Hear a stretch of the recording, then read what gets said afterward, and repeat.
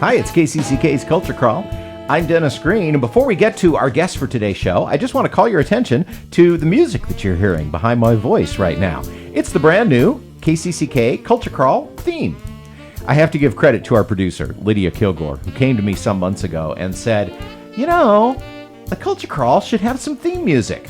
And so I reached out to one of our favorite young musicians, Vivian Shanley, who literally grew up doing KCCK's programs like Jazz Band Camp, Corridor Jazz Project, First Friday Jazz, Jazz Into the Stars, and asked her if she would like to compose a theme for the show. And she did.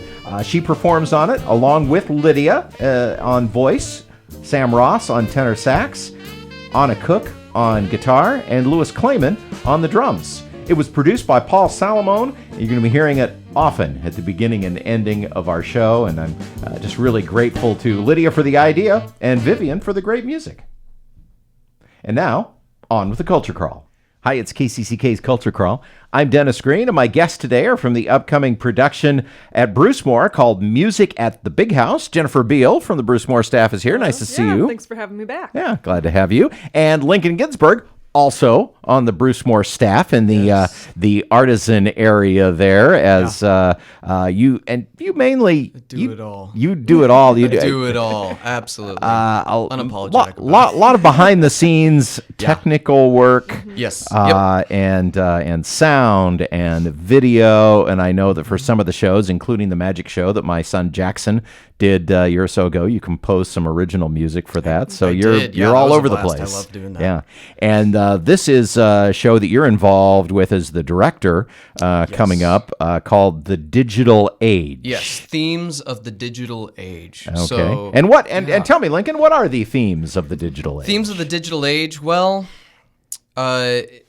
just put it in, simple terms, layman's terms, video game music. And I'm actually going to be co-directing the show with a fellow musician in the area named Dylan Rairdin. He's in Trees Reach, which is a prominent band in Cedar Rapids. And he's just kind of a really core player, if you will, in the music scene in Eastern Iowa. So we got together about wanting to do a show together. And Gerard, who's the I guess, director of the Artisan Studio. Mm-hmm. He kind of planted the seed of us doing a show together, or directing a show together. And so we got together and we brainstormed a little bit, but nothing was really clicking a whole lot of, when it came to ideas of, we should totally do this. And after banging our heads against the wall for a little bit during lunch, we took a break and just talked, just caught up, just some personal talk. And that turned into a conversation about what music sort of formed our musical inclinations over the years. And we landed on video game music being super influential into how we hear music and how we want to play music. And from there, we were like, should we do a show about video game music? And he was like, yeah, we should do a show about video game music. And I was like, all right, we're doing a show about video game music now. We're going to figure out how to do it. It's going to be very different. I think the only other thing I can think of is I think Orchestra Iowa is also doing. They're doing a video game concert, show. Yeah. But despite the fact that a lot of video game music is recorded in a very classical sort of aesthetic, we're going to be taking a completely acoustic and modern approach to the video game music. So we'll be touching things from Super Mario Brothers and Zelda, that sort of 90s and 80s sort of infancy, if you will, of video game music, all the way up to cutting edge AAA, as it's called in the biz, AAA titles. So games like The Last of Us and Uncharted and Halo, the Halo series. We'll be going all the way from the very first iconic themes in video games to stuff that's coming out right now. So and as as we talk about the music of video games, if you aren't a player, you aren't around them, you kind of think, oh, it must be really simple. It's probably just one person at a MIDI keyboard just making up some stuff, which is kind of how it started. It absolutely how it started, and there were such restrictions in how many sounds you can fit into the little cartridge that they had. or the little chip in the cartridge, only like, I want to say like 28 megabytes for RAM on the little chip, so you couldn't really do much. I can't even clear my throat in 28 megabytes. Yeah, so these composers had to be really creative with their harsh restrictions, technological restrictions. So we like to think that the way that we're going to do their music is in a way that they heard it in their head, you know, sort of unleashed without any technological restrictions, without any restrictions of, you know, oh, if only I had the budget to hire these players and to put that recorded sound onto the game. Yeah, hopefully we give people a peek into the composers' heads of how they heard it and how they really wanted it to sound.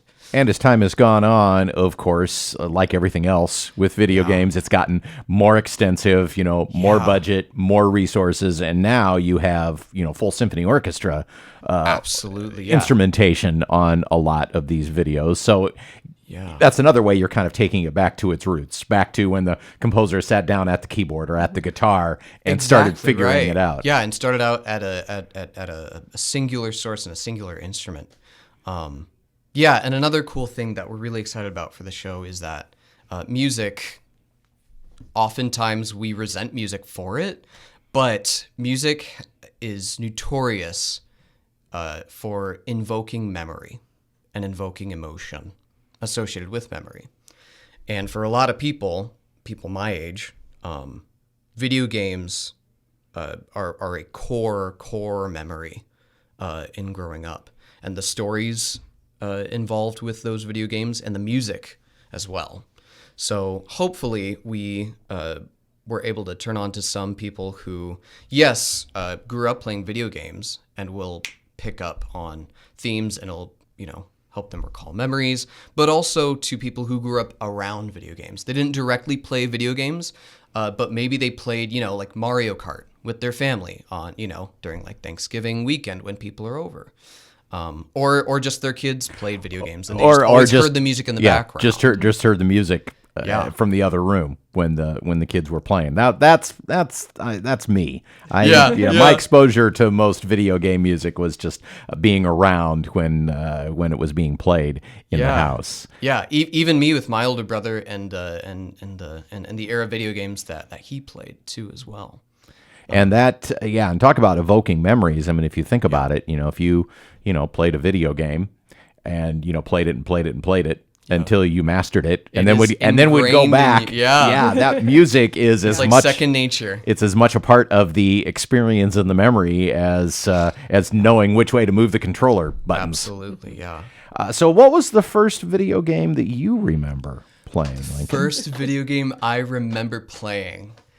If we're gonna be really honest, I remember playing it was on the Nintendo 64, and it was a Sesame Street video game.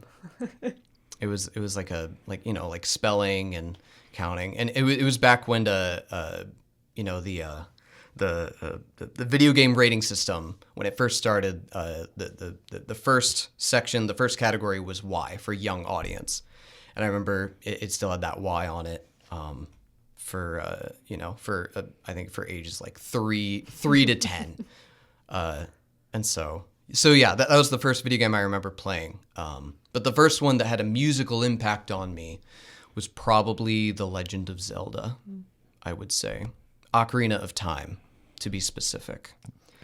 My son bought a series of ocarinas specifically. I did as well. Because he loved that music so much. Yeah. Harder to play than you think. Absolutely, yeah. I mean, hand-eye coordination and all that stuff. Will there be an ocarina at the show? Now that you mention it, there could be. There might be. Thanks for the idea. Yeah. I'm gonna have to make it a thing. I'll go. If there's an ocarina, I am so there. Oh man. All right. Yeah. It'll happen. I'll make it happen. So you mentioned a lot of the titles, and of course they're video game titles that we know. Even if you don't play, you probably know there was an Uncharted movie, for example, and or Last of Us, which just had a big TV show. Absolutely. So as you said, though, since you're kind of stripping these down, so what is the instrumentation that you'll be working with? So the instrumentation will be, so the players that we have are myself, Dylan Rairdin. We'll be kind of being what I like to call utility infielders of music. So we'll be playing whatever needs to be played. And we also have EJ Suave, who will be our percussionist. And we also have Brett Messenger, who's a great trumpet player in the area. We also have Brian Hill, who's a great violinist, contemporary violinist, among others. Really, those are kind of the core. So just short of a symphony orchestra. Yeah. We have quite a few musicians. We certainly feel like it. Yeah, it feels that way for sure. As you started taking a look at these and started arranging them for the show, were there any commonalities, any themes, or anything unusual that stuck out about some of these pieces of music that thought you knew really, really well, but now are getting to know them in a different way? Absolutely. I would say with most of the music that we have in the show, most of the music, all of the music, I kind of knew how the melody went, and I had memories associated with them. I had a connection with the video game that the music was in, but definitely most of the music was the first time I studied it, and I sat down to chart it, and I sat down to transcribe it, and I really, even now after playing video games for 20 plus years,